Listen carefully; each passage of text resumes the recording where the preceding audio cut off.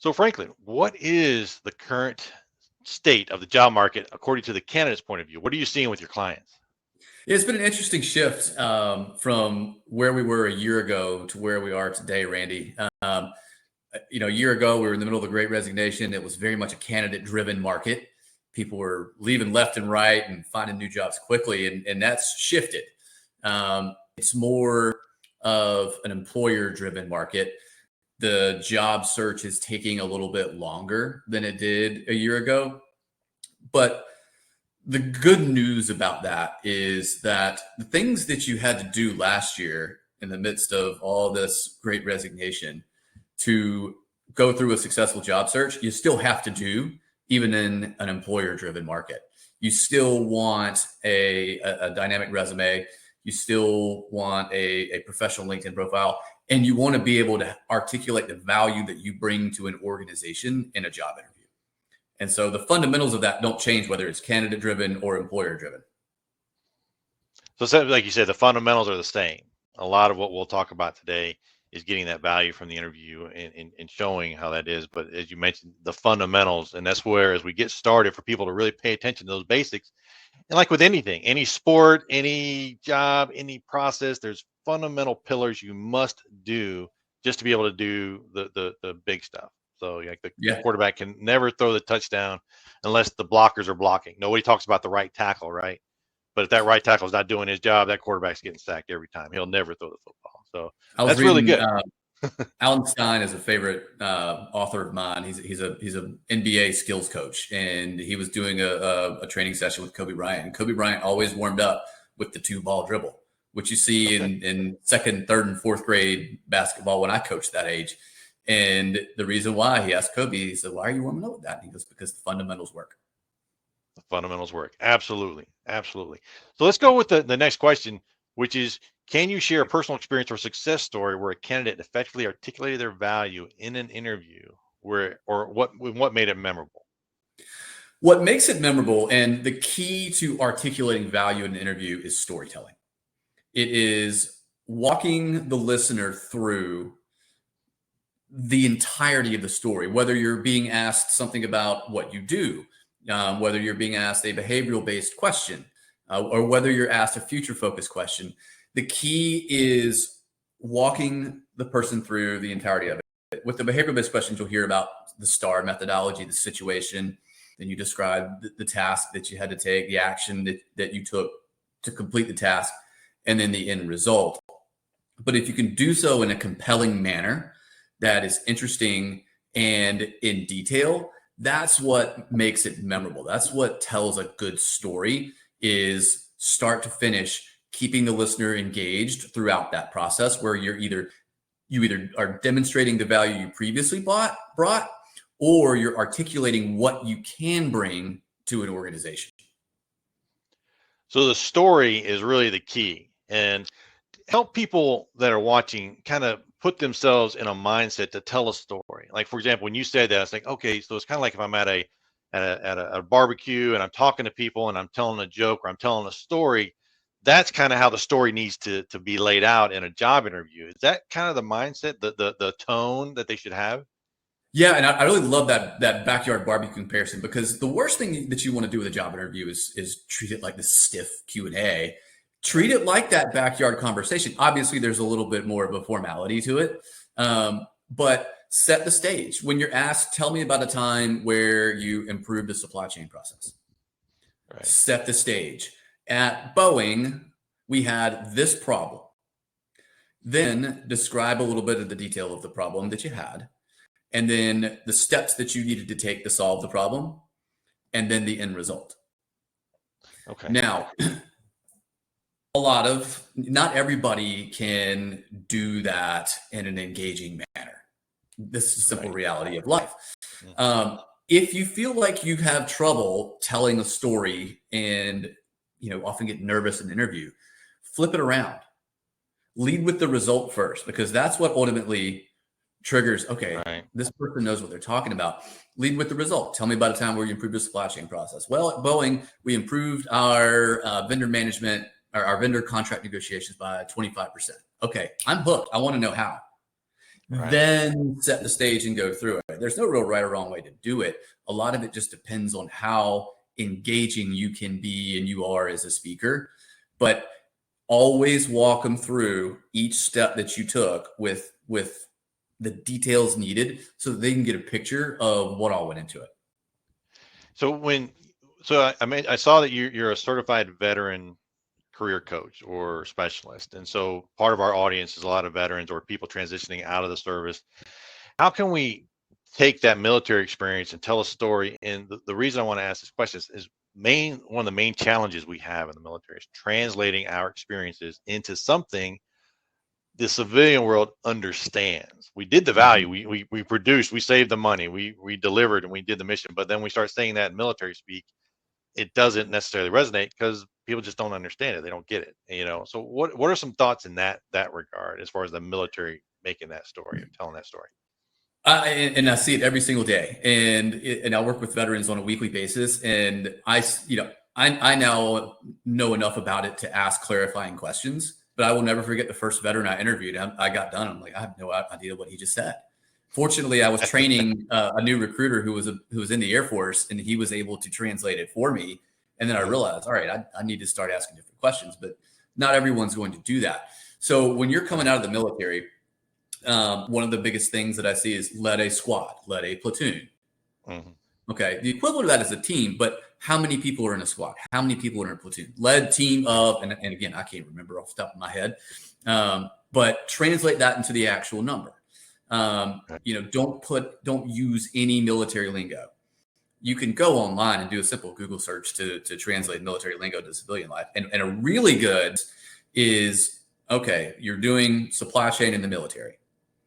You want to do supply chain in the civilian sector. Go online and start reading job descriptions. Right. And start thinking about, okay, I did this in the military, and then line it up. And then you start teaching yourself how to translate that. Just by reading civilian job postings, you start to kind of put the two and two together. Right. And I know one of the things, the reason working with a career coach like yourself, especially when somebody that's certified as a veteran coach, is something to do. So we'll talk towards the end and let people know how to connect with you, or look down the description now for those that are watching to connect with Franklin so you can start doing that. And the reason I bring that up is I did this when I came out of the military. I was the perfect military veteran coming out because I used military speak. I was aggressive. I had that go-to attitude. I can get the job done. But on the civilian side, they're like, whoa, this guy is a ball of energy, and it was just way too much. So had I had a career coach, which there are a lot more today than there were back then, that knew what they were doing and could coach me properly to say and talk to me in a way I understood, and say, calm down, relax. This is the way we need to talk. Let's rehearse. So I say that just, and especially as we're getting started here, for people to pay attention, that investing in a career coach like Franklin is just a worthwhile investment, and not to be all salesy about it. But you just said several good nuggets, which, like, man, people really got to understand the value that they just saw and really understand it so they can capture it and use it. So let's talk about value next, which is, how would you define value in the context of a job interview? How do I articulate that, define that? You're going to hear, this is going to be a theme throughout our conversation today, but it's all about storytelling. Storytelling is important, but it's also understanding the story that you're telling and that you're answering the right question. No. So there's three types of job interview questions. There's the resume based questions where, tell me what you did in the Army, tell me about your role in supply chain. For the most part, everybody can answer those. There's the behavioral based questions. Tell me about a time when. And then there's future focused questions. And these became super popular during the pandemic, or, as the pandemic restrictions started lifting, companies started to understand we're hiring based off past results, and we're not even considering future, what this person could do for us in the future. And so we need to start asking how they might handle these types of questions. And this is where I see a lot of people miss articulating value. Is they're answering the wrong question, and they're using that STAR methodology to answer the future focused questions. So behavioral based question, tell me about a time when. Yes. Situation, task, action, result. Future focused questions, to articulate the value there, to tell the right story with a future focused question, is not the STAR methodology, because they're not asking you what you previously did. They're asking you how you're going to solve a problem. So Right. how would you reduce our vendor costs? Well, let me tell you about this time where no. Walk them through step by step what you would do to reduce vendor costs. That's answering the question. And you do it in a storytelling manner. Well, first thing I would do is, I would analyze our current vendor situation. I would look at all the contracts, et cetera, et cetera. From there, maybe it's something as simple as scheduling meetings with each vendor, understanding what their value proposition is. And then you go on through each. And even if it's something that you did previously, just apply it in a future focused answer. That's how you articulate that value in a job interview. And so to me, value continues to go back to storytelling. And that storytelling tells people your thought process. Is that fair? How you think, how you would solve the problem. And I think that's where people, may hear this. Well, I'm going to tell a story. Like, well, you're telling people how you think, and that's what they're looking for in this future focused type opportunity. It's like, can you think that way for my company, my organization? Can that work for that? And you mentioned why this is important, why articulating value is so important. Why is that? Why do I need to articulate my value? That's how you stand out. That is how you demonstrate you're the right person for the job. Here's, 90% of the population, maybe that's generous, so we'll go 80, is answering questions the exact same way. And so to stand out, you want to be in that 10 to 20%. And in order to do that, you got to do things differently. And that's where that storytelling piece comes into play, because that's how you stand out. If everybody else is doing one thing, you have to do the other. And so value is results. Value is strategic thinking forward when asked those forward facing questions. And that's how you nail a job interview. And for those that are watching from the military, you do this with, sit rep, it's a we call it SMEAC, situation, mission, execution, administration, logistics, command, and signal. You do this every day when you plan any mission. Basically, now you're in an interview question, and the commander or the job interviewer has given you a mission, and now you just got to analyze it in your head. And I'm trying to help people translate what you're saying is something they already know, and then when working with a career coach such as yourself, they'll be able to put the fine tune of the storytelling to civilianize it. So there's not that ball of energy. I like that term. So they don't be that ball of energy that just rolls through everything. So, and it's important, I think, and that was another mistake I made when I came out, is that I had to articulate my value in terms that the business understands. Not everything the military told me that I was valuable. Your intrinsic value, you're a leader, you can get things done, you accomplish the mission. Well, what does that mean to a business? Do you see that when you're talking to veterans? Every day. It's not just veterans. That's okay. Almost everybody. There was a layoff yesterday at a company, and I saw a lot of LinkedIn posts talking about, I'm looking for my next position. I'm hardworking, I'm dedicated, I'm all that. I'm like, you're just describing every other person on the planet. And so you're not differentiating yourself when you talk about those kinds of things. The reality is hardworking is expected. Strategic thinking is going to be expected. There are soft skills that are naturally expected of you in certain jobs. And you're wasting time, energy, and breath speaking to those when you could be speaking to value. Good point.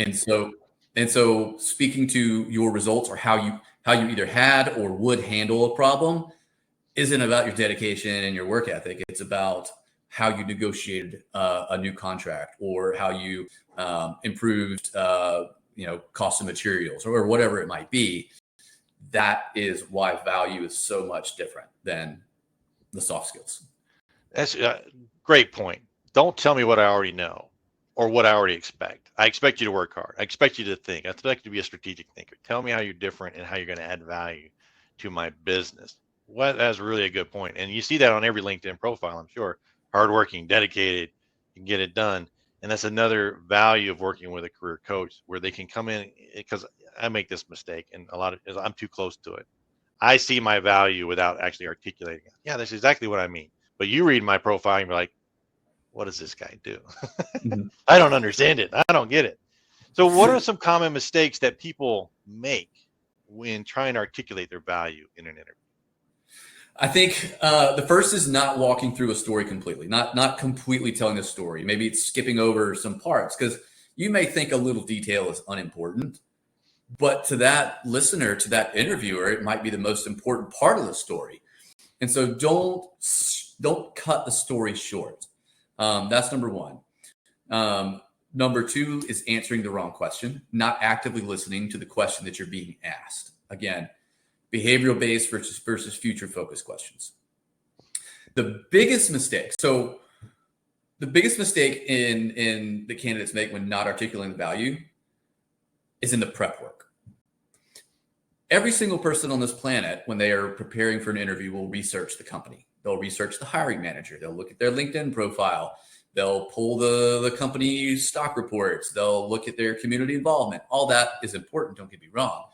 But where the biggest mistake that people make in terms of being able to articulate their value in an interview is they're not researching themselves. And they're not preparing these stories to be told in an interview. And so they get caught off guard.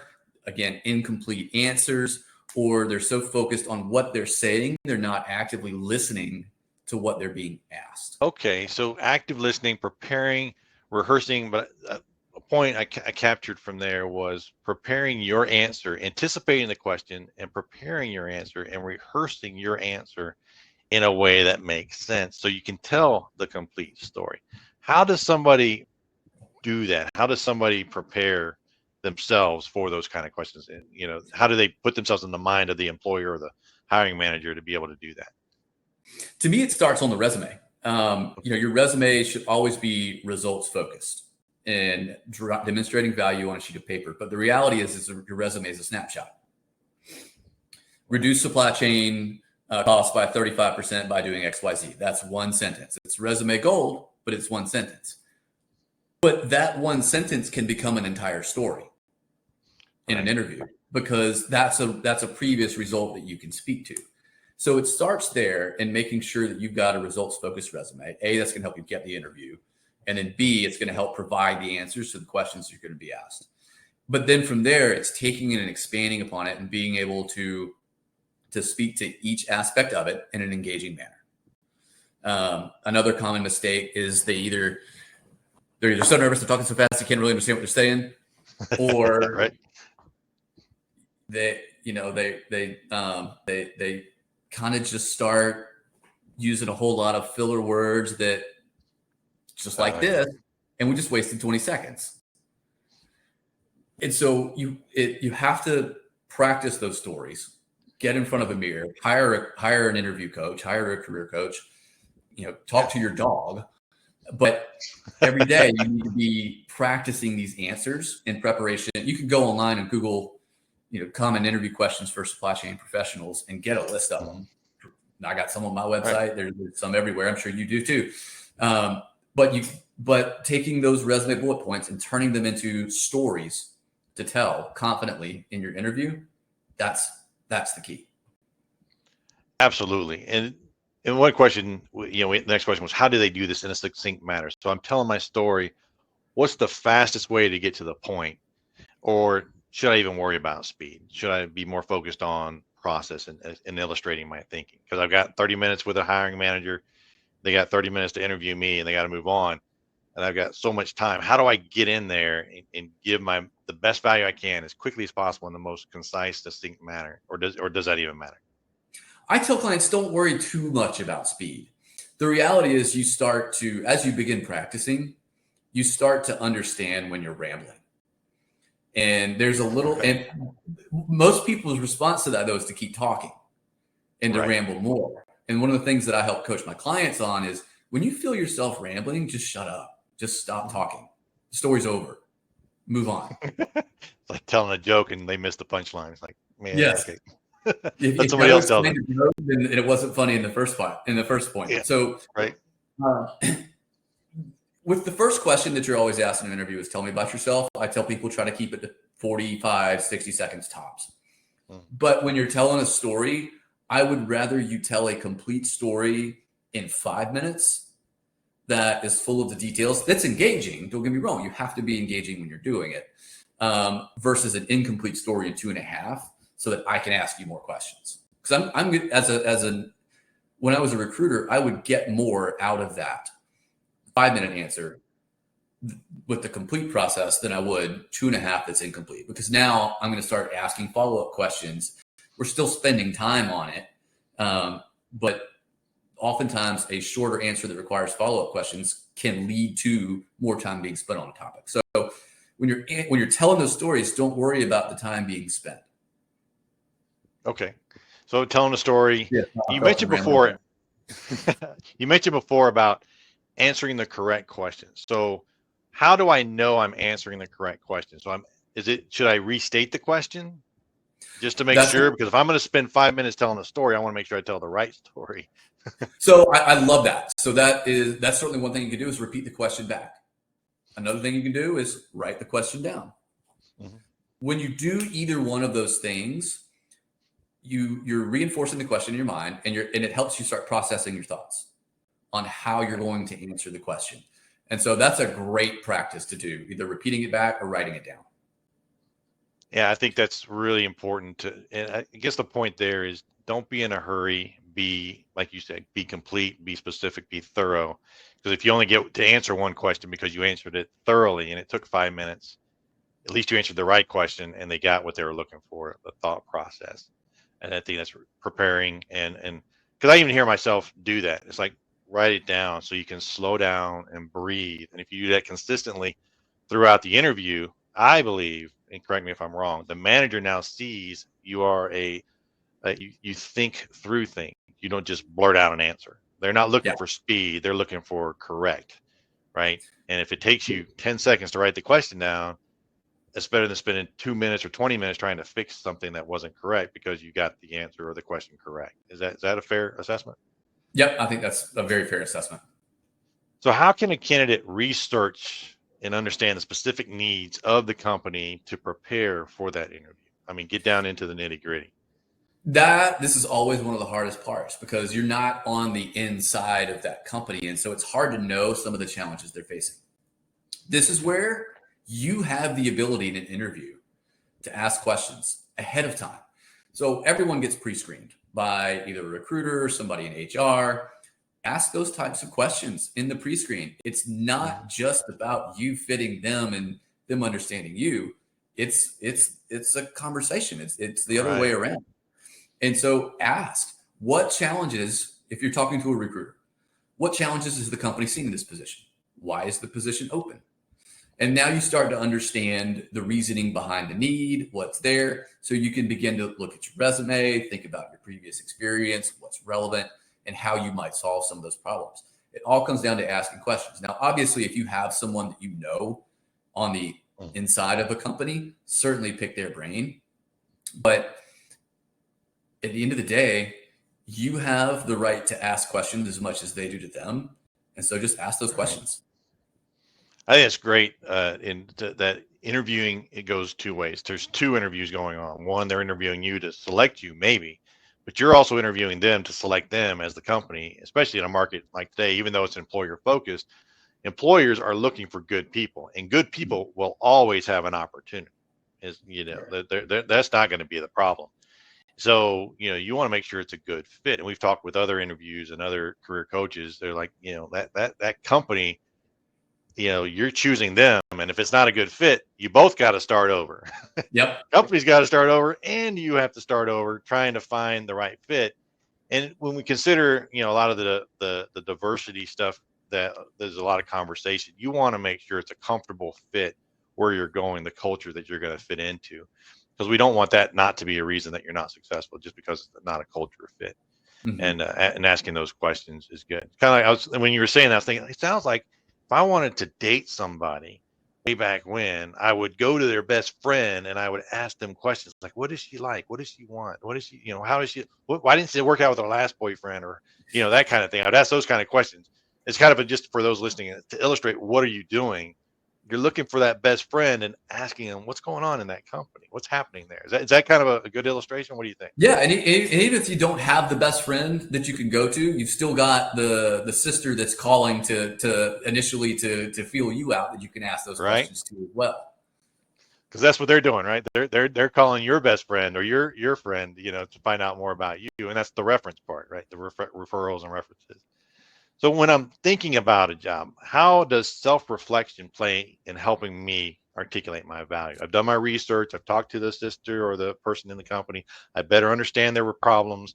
Now I'm turning this lens towards myself to prepare for this. How do I do that through self-reflection? And this is the thing that a lot of people don't do, is that self-reflective piece, because you have to research yourself along with the people that you're interviewing. And so looking back over your career, looking back at your resume, all right, what are some of my biggest accomplishments? The reality in a 30-minute interview or even in an hour interview is you need to be able to tell anywhere between 5 and 7 stories. Okay. That's it. You don't have to remember every single detail about your career. You just have to remember maybe 2 problems that you solved, 2 processes that you improved, 2 projects that you managed, and an employee that you developed. That's it. But you need to be ready to walk through. And so that's where writing those things down comes into play. Right. Getting in front of a mirror and telling those stories, pulling the camera app up on your computer and watching yourself tell those stories, hiring a career coach to bounce the ideas off of and figure out the delivery. It's so important to have that self-reflective piece ahead of an interview, because that's where your storytelling comes from. And that actually goes right into our next question: is how do I articulate my unique value? And it sounds like that's exactly what you're talking about. But with this question, I'd like for you to expand on how do I show my unique value in answering this question? And is there specific elements to my answer that I should include? Like you said, results based, timeline, process thinking. What are some things to articulate my value?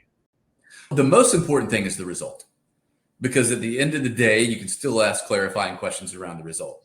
But if you're just talking to me about process and leaving it at that, then okay, we're missing a piece here. But the result is the most important part.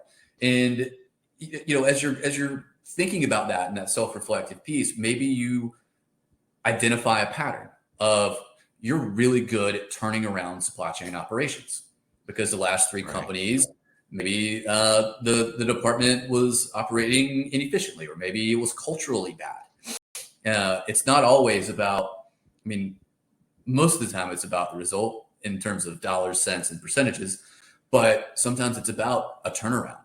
And so seeing those patterns and what you're good at is during that self-reflective piece that you're researching prior to your interview. That's where you identify and understand the unique value. Because if you know, while asking those clarifying questions on the initial screen, or calling her best friend and doing the research, if you know that maybe the department has struggled culturally, maybe the department has struggled with contract negotiations. Okay, well, where in my career have I found that? All right, well, I have a knack for streamlining supply chain operations. Okay, that's a pretty emphatic intro speech when asked, "Tell me about yourself." So that's where that happens. Okay. And it sounds like when I was talking with someone in the military, kind of telling them that they're known for something. There's a reason people pick them for specific jobs as a way to stand out in the crowd. Like you said, becoming unique in their value proposition. And how do they stand out? It's like, well, you're known for something. And the one way to figure out what you're known for is ask people, why do you ask me? Why do you call me when you have a problem? What are the common questions you may get on a daily basis? And just write them down, because you're known for something. And you may not realize what it is, but people are coming to you consistently. Because when the managers are in a meeting and there's a problem coming down, they're like, well, who can best solve this? They all know in their mind who that best person is and who needs to do that. So, I'm going to skip down a few questions. What strategies can candidates employ to showcase their value just beyond stating their qualifications? Like you said, the story, but is there a specific strategy here? I don't know that I wouldn't call it a strategy as much as I would. The other thing that I would say is that the delivery of an answer is almost as important as the answer itself. If you are not delivering your answer confidently and clearly, if you don't believe in what you're saying, the person on the other end of the interview is not going to believe it either. Okay. If you aren't confident in that delivery and emphatic about it, then you're going to come across, I don't want to use the term weak, but it's not going to come across as emphatic and strong. And so if I had to pick a strategy, it's the delivery piece. Okay, and it's okay. I think you mentioned the word weak. I think we should start using stronger words like weak, and so just so it hits people, like, hey, you sound weak. Not well. You don't sound as strong as you should. Well, another way to say it is weak, and you need to understand the impact of being a weak answer is no job. Yeah, I'm yeah, sorry. I'm sorry I hurt your feelings, and not you, but the royal you. yeah. Is that, hey, that's a weak answer. You need to be stronger. You need to, or that's too strong an answer, because I feel we tap dance around things because of the current atmosphere where everyone is. People feel they may have an out. Like, oh, it's weak, but it's okay for me because they said it just wasn't as strong as it should be. No, it's weak, and you're not going to get the jobs. You need to step into this and really get it. And these are some questions, because we've kind of hit the theme, and I don't want to have redundant questions, but I put one together. It's going to kind of maybe catch you off guard. But what's going to be the impact of AI, and how should people prepare for AI in this theme we're talking about here in interviewing and showing your value? Because a lot of, supply chain is a huge area that I see AI coming in, because there's only so many ways to write a contract. Mm-hmm. Very easy. There's only so many ways to negotiate. The price is there. If I see it, I'll offer you 10% down, up or down. So AI can be coming in. So I know you didn't prepare for this question. So what are your thoughts on AI, and how should people prepare for this coming in the next 5 to 10 years? So there's two levels to this. Number one is AI in the job search. Okay. And then the other is AI in your job. Okay. And so there's two pieces to it. AI in the job search, I'm seeing more on the one-way interview piece. Okay. I'm seeing a lot, unfortunately, and What does I that don't mean? know. What does that look like? What's a one-way interview? A one-way interview is you get a company gives you 5 questions. You log into a piece of software, you hit start, the question appears on the screen, and then you answer it. And you're just talking to your camera. Now, every client that I have had that has done a one-way interview has left that interview in the middle of it and said, I'm not interested.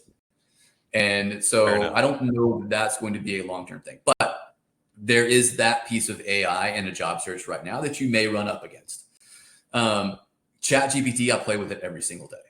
I do too. And it's a really neat tool for developing maybe the basis of a story, because it can't really reach down deep into your experience and draw that out. But you can certainly put in a prompt for a question that you might get in an interview and get the base of an answer that you can then mold based on your experience. And so I think that's important too. Now, the other part is AI in your job, because if they're not asking it already, they will be in the next 6 months. How are you using AI to make your supply chain more efficient? And so it's important for people that are listening to start playing around with AI, as I do for my own business, for in your current role, to be able to answer that question. Because if the answer is none, that's not going to be good, because AI, like it or not, is not going away. Yeah, not at all. I think a good point, though, is how are you going to interact with AI? How do you use AI to make your job better? And that makes you valuable to the company to manage the AI coming in, right? Because there are going to be a lot of companies that are like, I don't know what to do. How do I use this tool? I need to use it. Everyone's using it. My competitors are using it, and they're gaining an advantage on me. I don't know what that advantage is, because I don't know what's going on. And so, hey, supply chain guy, what are you going to do? How do I use this stuff? What do I need to do? And should someone be worried about fear of being replaced by AI if they are proactive in being part of the solution?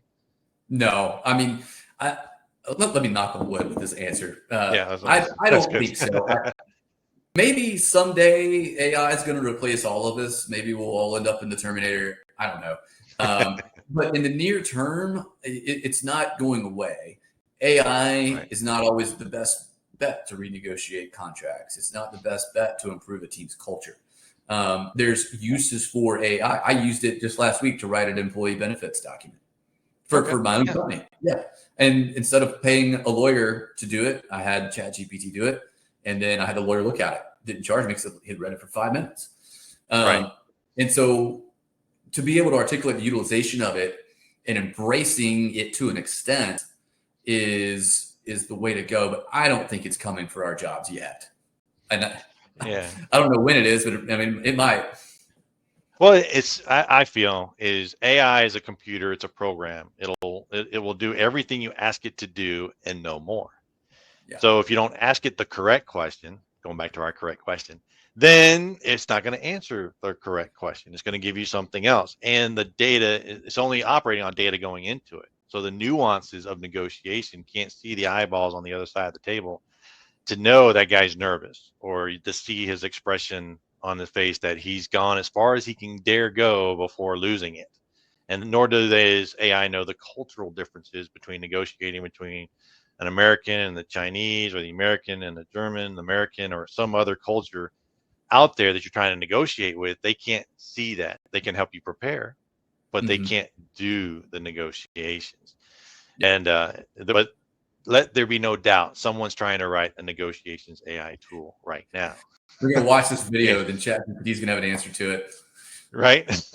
Well, just like the one-way interview, Mhm. I have not experienced that. You just first time I've heard of it, and I'm like, wow, how much does that tell you about the company you're trying to get a job with? If they're willing to just put you in front of a screen and let a computer analyze your answer, is that really is that who you're going to work for?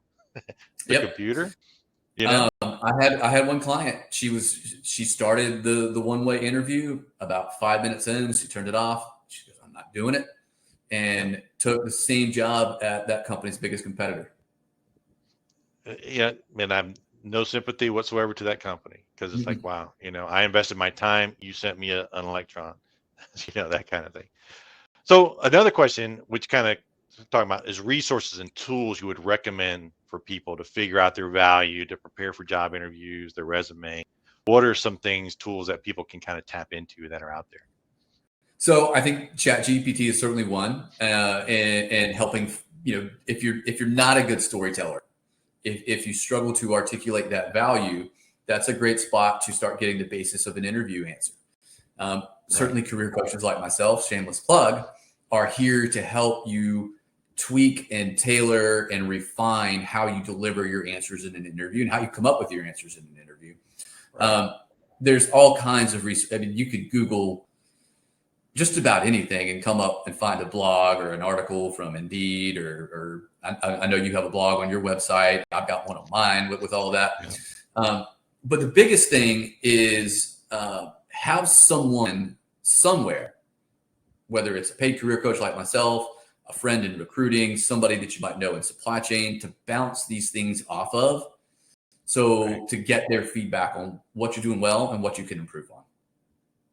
Yeah, you mentioned the career coaches, and having interviewed several career coaches now, the value a career coach brings to the table is just well worth the investment.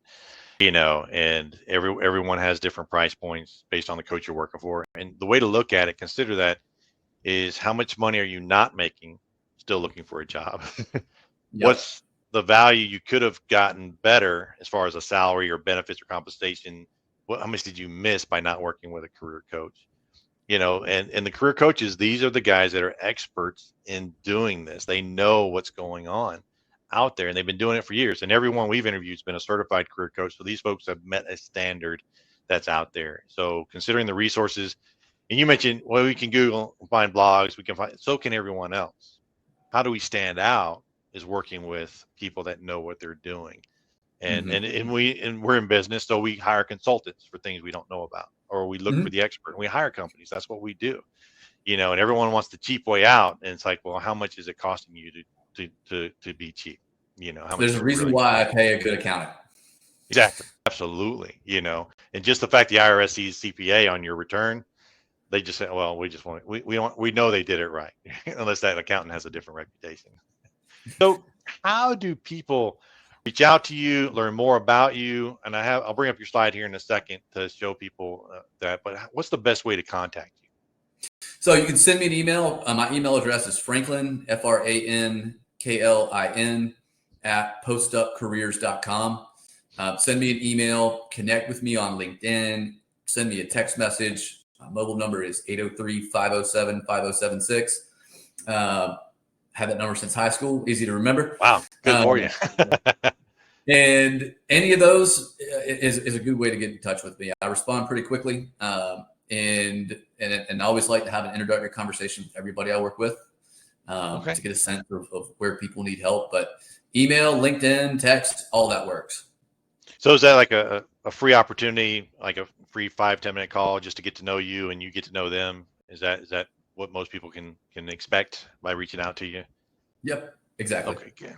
Let me bring up your slide real quick. It kind of highlights your contact information, postupcareers.com and linkedin.com, Franklin Buchanan, and you can see that right there. So definitely reach out to Franklin, have a conversation, and get to know him and talk with the other career coaches. Career coaches are, they each have a different personality and a different focus. So talk to several, and you're just going to know when it's a good fit. You're just going to know it's going to be a good personality click. They're going to understand your goals. They're going to understand your industry, and you just know that's going to work. So if anything, invest 10-15 minutes to get to know a career coach and then move forward. But to wrap this up, just don't go on your own. We talked a lot about adding value. How do you articulate value? And from my own experience and working with others, it's really having that third party tell you what you don't know. Yep. And with that, so wrapping up, do you have any final words of encouragement for candidates who are preparing to showcase their value? Someone's watching this today and they're like, okay, I got to get this job. What do they need to do? What do they need to think about? Understand that you have value first. Know that you have that value. You might need help drawing it out, but the value is there. You wouldn't be interviewing for the job if they thought you didn't have value. Right. So have that confidence to know that you have the value. The second is be ready, be prepared. Mm-hmm. Know what the value is and how to articulate. Tell good stories. Be engaging. Utilize your voice and your delivery to help bring the listener in and help keep them in as you tell your stories. That's the biggest thing, is know that you have the value and be able to articulate it. And I would offer on the tail end of that, be prepared means it, and everything takes time. It takes time to work with a career coach because you're not his only client. It takes time to write your resume, to tweak your LinkedIn profile correctly for the job you're trying to get. It takes time to rehearse and to prepare your stories. All this takes time. So even if you currently have a job right now and you're like, oh, I'm good, I don't need to worry about the job. As you mentioned, the company laid off a bunch of people yesterday. I bet you a lot of those people thought they had a job and they were good to go. They didn't have anything to worry about. And then the company, they sit down in their meetings and they go through the numbers and say, we can only afford this many people. The rest have to go. Managers, it's your job to let them go. Pick who your best is. So by being proactive in managing your career, being prepared to not only go to another company, will also probably most likely make you more valuable to your current company because you're doing these things. They'll see that value and you'll start articulating that value and showing that out there. Any final thoughts on that as I kind of wrap it up for today? I think you hit it nail on the head. The best time to prepare for a job search is when you're not actively searching for a job. Because, right. Sure, layoffs, they're happening everywhere right now. But you may be on LinkedIn one day and that dream job pops up and the application deadline closes on Friday. That doesn't leave you a lot of time to prepare. So start now, get going. When you're in a job and you're doing well, you've got that confidence that's easier to draw out and help you understand your story. So get ready before you're supposed to be ready. Perfect. I agree with that 100%. Nothing stops the clock. Nothing stops the clock. There we go. I appreciate everyone paying attention today and look forward to your questions. Look down in the comments below, find Franklin's contact information. Definitely connect with him on LinkedIn. And whether or not you're looking for a job, start talking to Franklin to just kind of understand what's out there. And, because Franklin knows not only his company, but he knows other companies and people that are looking for candidates. So you don't want to wait till the last minute. Definitely do that. So with that, everyone have a great day, and we'll talk to you soon. Thank you, Randy. Thank you.